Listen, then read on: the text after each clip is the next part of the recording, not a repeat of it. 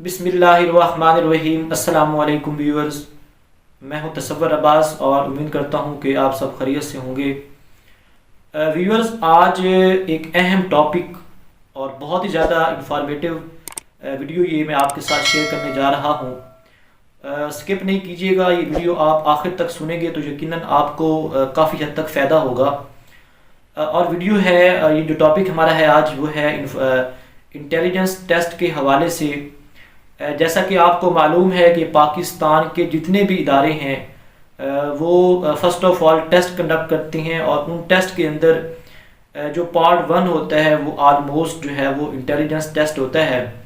अगर मैं यहाँ पर पाकिस्तानी फोर्सेस के हवाले से बात करूँ, चाहे पाकिस्तान एयरफोर्स हो, नेवी हो या आर्मी हो, चाहे आपने मैट्रिक बेस पर अप्लाई किया है या आपने कमीशन बेस पर अप्लाई किया है, तो जो फर्स्ट पार्ट होता है वो इंटेलिजेंस होता है।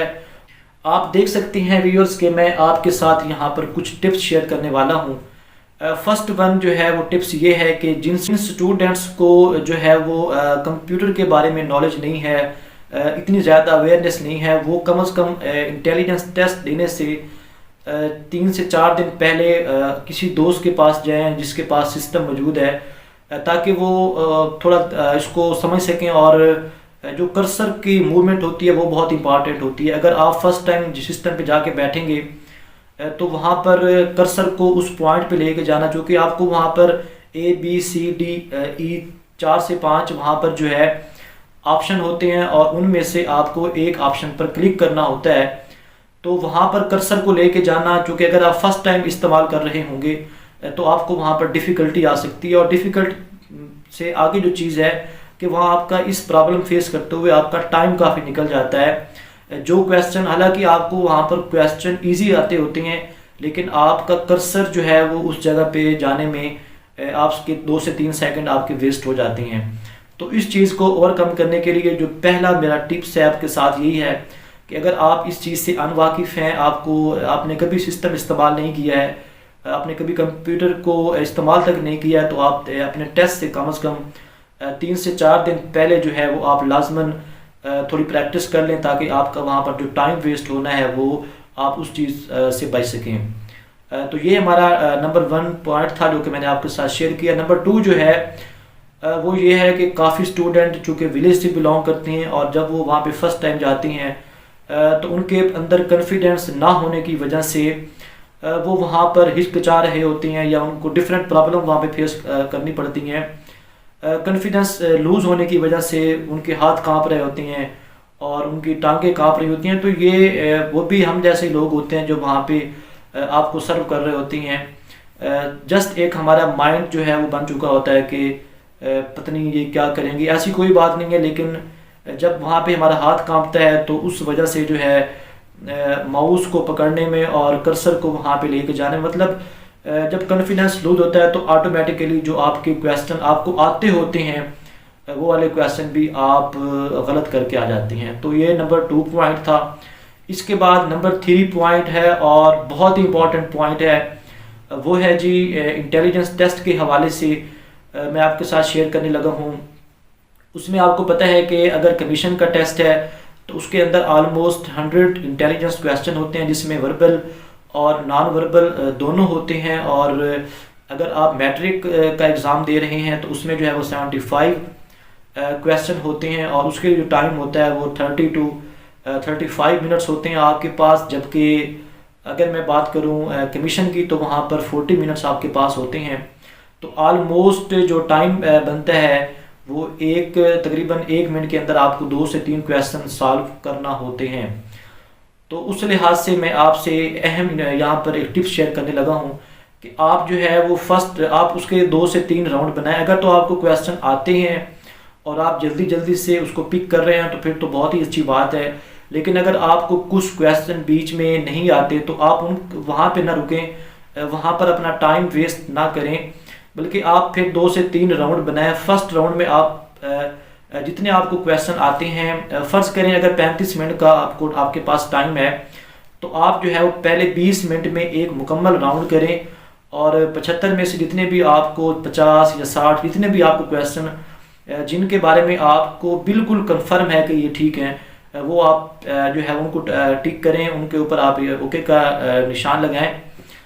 और अगर बाकी जो क्वेश्चन 25 या 30 बचती हैं और उधर से आपके पास टाइम जो है वो 15 से 20 मिनट बच जाएगा, तो सेकंड राउंड में आप जो हैं जो आपको नियरेस्ट ऑप्शन लगते हैं, पहले आप चॉइस जो अगर आपके पास 4 ऑप्शन है तो 4 में से आप जो आपकी चॉइस है उसको आप कम से कम करें। मतलब अगर 4 हैं तो आप 2 तक जो है वो मिनिमाइज़ करें, और फिर चूँकि 2 में से जो चूज़ करना होता है वो थोड़ा ईजी होता है 4 की निस्बत।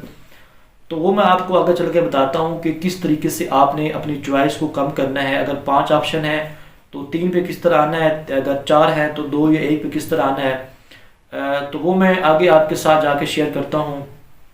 उसके बाद व्यूअर्स सेकंड राउंड में आप वो क्वेश्चन सॉल्व करेंगे जो कि जिनके बारे में आपका थोड़ा बहुत आइडिया है, और लास्ट पर जो कि वहाँ पे नेगेटिव मार्किंग तो होती नहीं है। नेगेटिव मार्किंग ना होने की वजह से आपको वहाँ पे सारे क्वेश्चन ही करने चाहिए और करने ही पड़ते हैं। तो अगर आपको कुछ 5 या 6 क्वेश्चन ऐसे हैं या 10-15 हैं जिनके बारे में आपके दिमाग में बिल्कुल आपको कोई समझ नहीं आ रही, तो आप जो है वो उनको वो वाले आंसर टिक करें, क्योंकि आपने पहले 60-50 जो हैं किए होते हैं और आपको पता होगा कि उनमें से जो मैक्सिमम आंसर था वो बी था या सी था या ए था। तो उस लिहाज से जो है वो आप ए बी सी को टिक कर सकते हैं। ये एक बहुत ही ज़बरदस्त टेक्निक है। इस तरह के क्वेश्चन लास्ट पे जाके बचती हैं और वो मैक्सिमम 5 से 6 या 10 तक क्वेश्चन होते हैं जिनकी आपको बिल्कुल समझ नहीं आ रही होती। तो उन पे आप ये वाली टेक्निक अपनाएं, क्योंकि आप पहले आलमोस्ट कर चुके होते हैं क्वेश्चन, और आपको पता होता है कि मैक्सिमम जो है वो आंसर कहाँ पे जो है वो रिलाई कर रहा है। तो उसी लिहाज से आप बाकियों को भी जो है वो आसानी के साथ सॉल्व कर सकते हैं। यहाँ पर मैं आपको एक एग्जांपल देना चाहूँगा कि आपने जो है वो मैक्सिमम जो आपके आंसर हैं चॉइस है उसमें से आपने मिनिमम की तरफ किस तरीके से मूव करना है। कि व्यूअर्स आप स्क्रीन पर यहाँ पर देख सकते हैं 1 2 5 प्लस 1 1 2, ये एक आपका आंसर है। और इसके नीचे आप जो है देख सकते हैं जो है इसके जवाब वो हैं जी 2 3 7, बी ऑप्शन है जी 2 3 8, 2 2 7, और डी ऑप्शन है जी 2 3 9। तो यहाँ पे आप देखें, अगर हम 7 और जब आपको पता है कि जब हम एडिशन करते हैं तो जो हमारा फर्स्ट डिजिट होता है उसको हम फर्स्ट में ही ऐड करते हैं। जैसे यहाँ पे हम देखेंगे कि 5 के अंदर हम 2 ऐड करते हैं तो यहाँ पर जो इसका आंसर आता है वो 7 बनता है। अभी आप नीचे जवाब में देखें व्यूअर्स, तो ए जो है वहाँ पे जो लास्ट डिजिट है वो 7 है। उसके बाद बी आप यहाँ पे देखें तो उसका जो हमारे पास है वो आखिर पे 8 है। सी जो ऑप्शन है उस पर हमारे पास लास्ट डिजिट जो है वो 7 है, और डी ऑप्शन जो है इसके अंदर हमारे पास 9 है। तो आप देखें चूँकि आपने फर्स्ट डिजिट को अभी जमा किया है तो 7 बन रहा है, यानी कि यहाँ आपके पास 4 ऑप्शन है और 4 में से आप बाकी 2 को इग्नोर कर दें, चूँकि आपको पता है उधर 8 है और डी के अंदर 9 है। ये तो जवाब हो नहीं सकते, यानी कि आपके पास एक फैसिलिटी यहाँ पर आपको मिल सकती है, एक बहुत ही ज़बरदस्त अपॉर्चुनिटी आपके पास है कि आपके पास पहले 4 ऑप्शन थे, अभी आपने जब एक डिजिट को जमा किया है तो आपके पास बाकी 2 डिजिट बच गए हैं। चूँकि जिनके आखिर पे 8 है या 9 है वो तो जवाब किसी भी कीमत पर नहीं हो सकता।